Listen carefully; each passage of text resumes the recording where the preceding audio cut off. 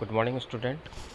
Welcome to our e-lecture on topic number 5.3 of unit number 5 और topic है हमारा page replacement algorithm और इसके अंतर्गत आज हम कवर करेंगे ऑप्टिमल पेज रिप्लेसमेंट एल्गोरिथम।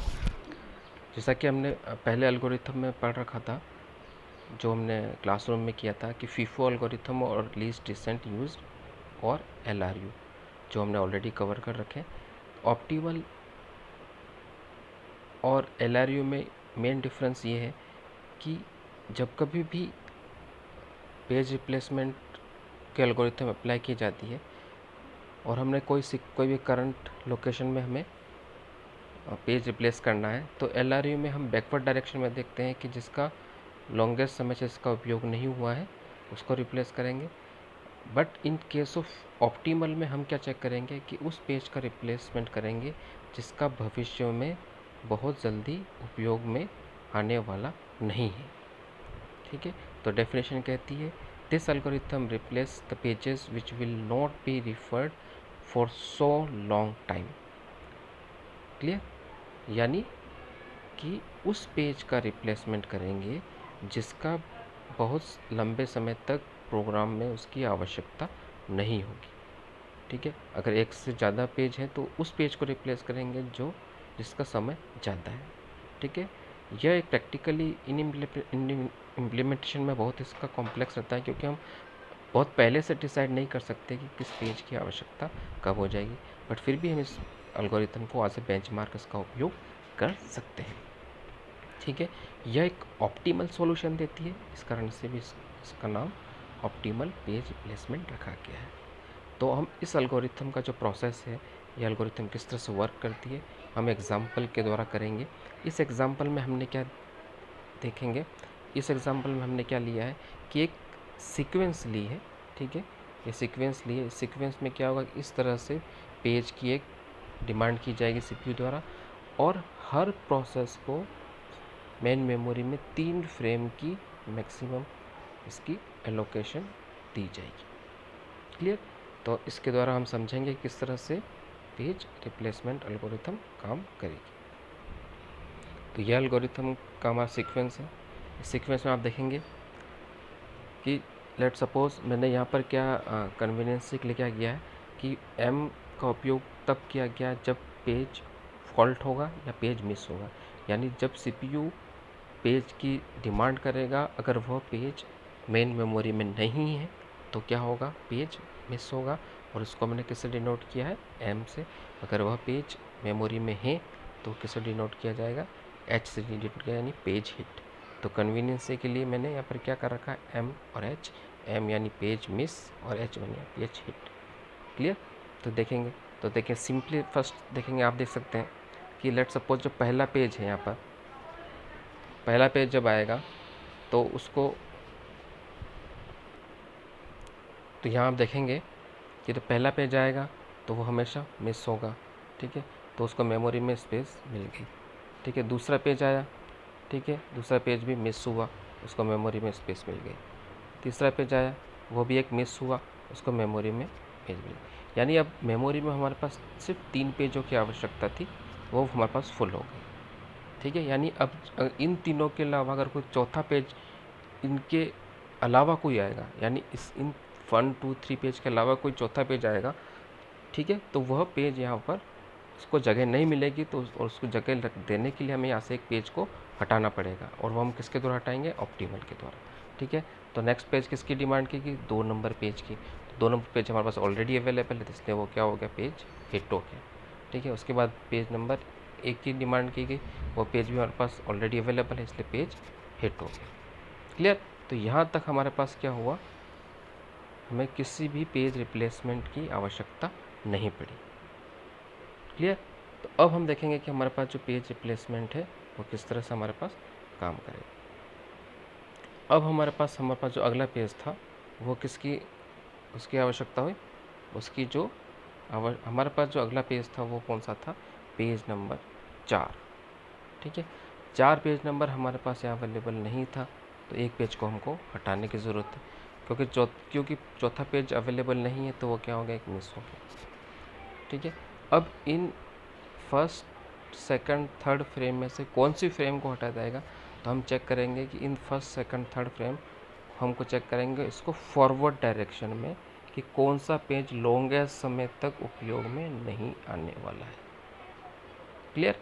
तो यहाँ देखेंगे कि हमारे पास ये जो 3 फ्रेम है वो कहाँ कहाँ पर लोकेट है, तो देखेंगे 3 फ्रेम हमारे पास यहाँ पर लोकेटेड है, उसके बाद यहाँ लोकेटेड है। तो ये क्योंकि 3 कॉमन ही है, ये भी कॉमन है, तो इसकी आवश्यकता नहीं।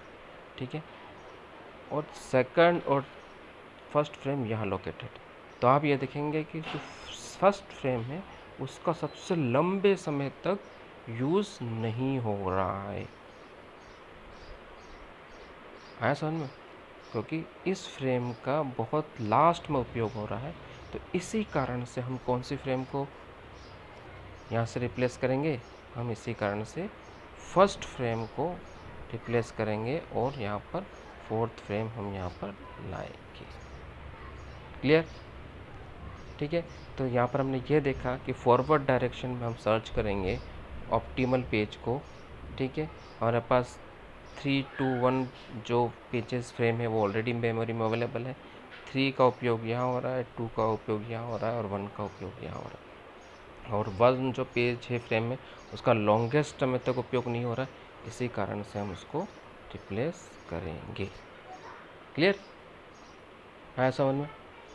तो यहाँ पर इसी तरह फिर हम क्या करेंगे, नेक्स्ट जो पेज हमारा कौन सा आएगा, नेक्स्ट पेज जो हमारा है वह है पेज नंबर 3। वो ऑलरेडी फ्रेम में है इसलिए वो हिट हो गया। अगला फ्रेम हम रिक्वेस्ट कौन सी, 5 नंबर। अब देखिए 5 नंबर को फ्रेम क्योंकि यहाँ पर अवेलेबल नहीं है तो इसलिए क्या हो गया, मिस हो गया। ठीक है। अब हमारे पास देखिए तीसरी नंबर की फ्रेम यहाँ पर है, दूसरे नंबर की फ्रेम यहाँ पर है और चौथे नंबर की फ्रेम यहाँ पर है। तो आप इसमें तीनों में देखेंगे कि जो दूसरे नंबर की फ्रेम है उसका सबसे लॉन्गेस्ट समय तक उपयोग में नहीं होगा और इसका उपयोग सबसे बाद में होगा। तो इसीलिए हम क्या करेंगे, इस दूसरे नंबर की फ्रेम को रिप्लेस कर देंगे। क्लियर। अगेन उसके बाद कौन सी फ्रेम आ रही है, छठे नंबर की फ्रेम आई। ठीक है। तो छठे नंबर की फ्रेम क्या हुआ, क्या होगा, उसी तरह से हम चेक क्या करेंगे, छठे नंबर की फ्रेम के लिए हमारे पास कौन सा है, 3, 5, 4। तो ये हमारे पास 3, 4, 5 फ्रेम अवेलेबल है और सबसे लास्ट में कौन सी फ्रेम का उपयोग हो रहा है, 5वें नंबर, इसलिए हमने किसका रिमूव कर दिया है, 5वें नंबर। क्लियर। तो इस तरह से क्या हुआ, फ्रेम का रिप्लेसमेंट हुआ। इससे सीक्वेंस चलती रहेगी। ठीक है। यहाँ पर एग्जाम्पल और ले सकते हैं, ये जैसे यहाँ पर एक फ्रेम हमारे पास कौन सी फ्रेम, मान लो यहाँ पर हमारे पास कौन सी फ्रेम, यहाँ पर 5वें नंबर की फ्रेम की डिमांड की गई। ठीक है।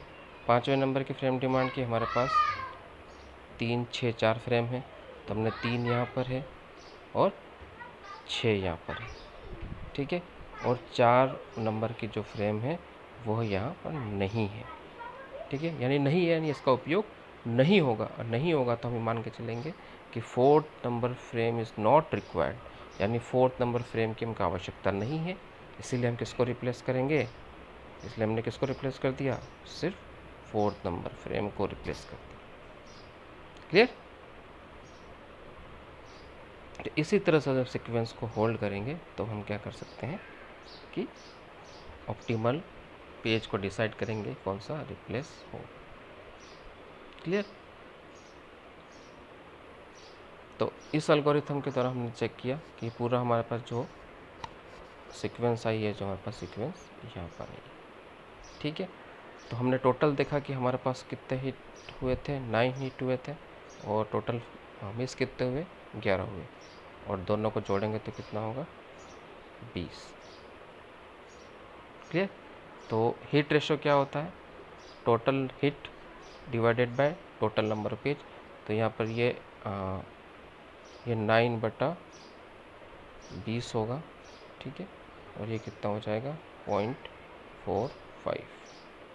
ठीक है। तो यहाँ पर ये थोड़ा सा करेक्शन है, 8 की जगह 9 करना है।